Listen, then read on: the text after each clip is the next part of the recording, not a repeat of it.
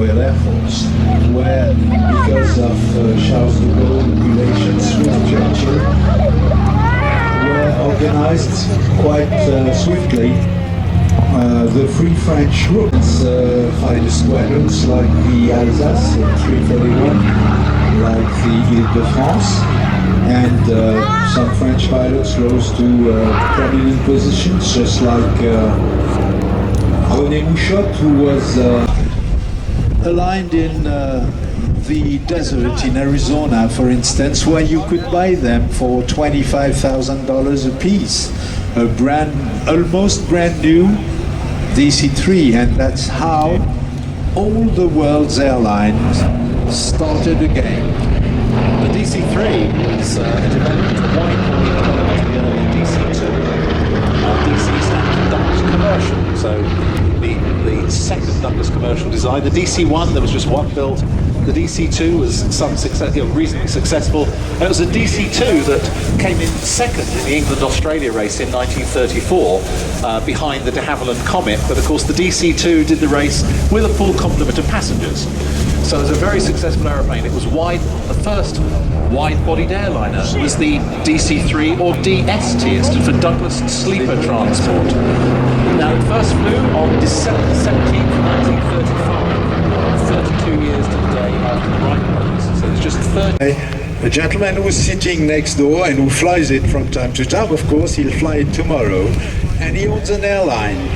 And very recently, he went in the Pacific, and at the time we were already saying, well, you know, the DC-3s and all the aircraft, we're still saying the same things today. We all know they aren't. Now, that is, I have to say, this is an unashamed hint. That is one aeroplane I would absolutely dearly love to fly. When you know how to handle it, high-speed pass, 170 miles per hour at least, tailwind of course.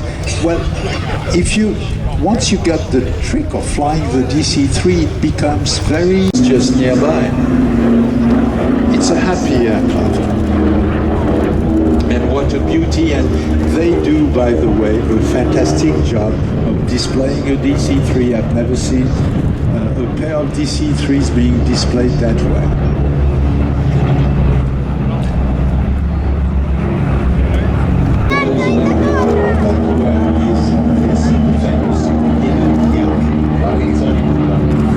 Now we are joined to the right by two examples of what I think is the greatest aeroplane ever.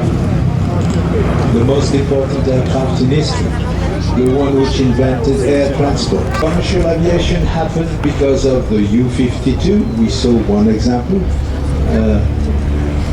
half an hour ago, but also mostly because of this one, the Douglas DC-3. Ladies and gentlemen, parish announcement, Vagar Pearson, your son Joachim is waiting you at the car.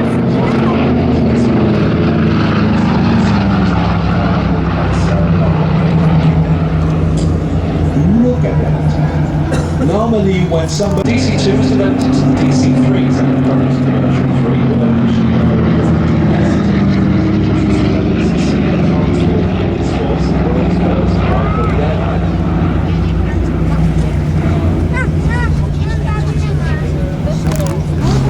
It's big, but it's gentle. It's incredibly tolerant of whatever you can do to it. You can slam it on the ground, you can overload it, you can be completely out.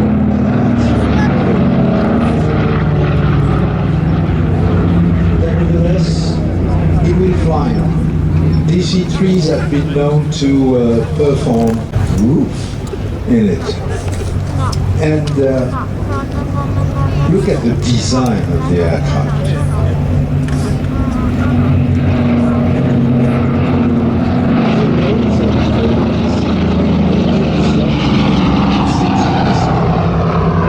So when in the morning, when you're still half asleep and you walk across the parking and you walk towards the DC-3, you're going to be up there for the rest of the day, and it's going to be good and fresh.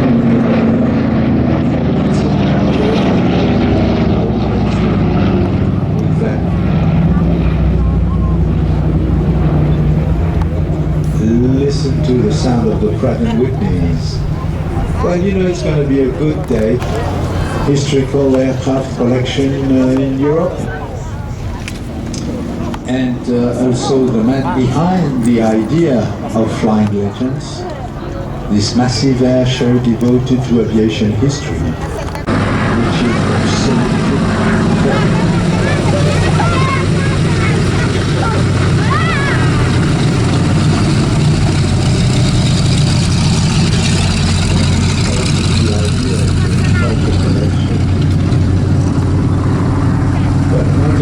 It's just like, you know, when you're collecting, loves to act as a villain.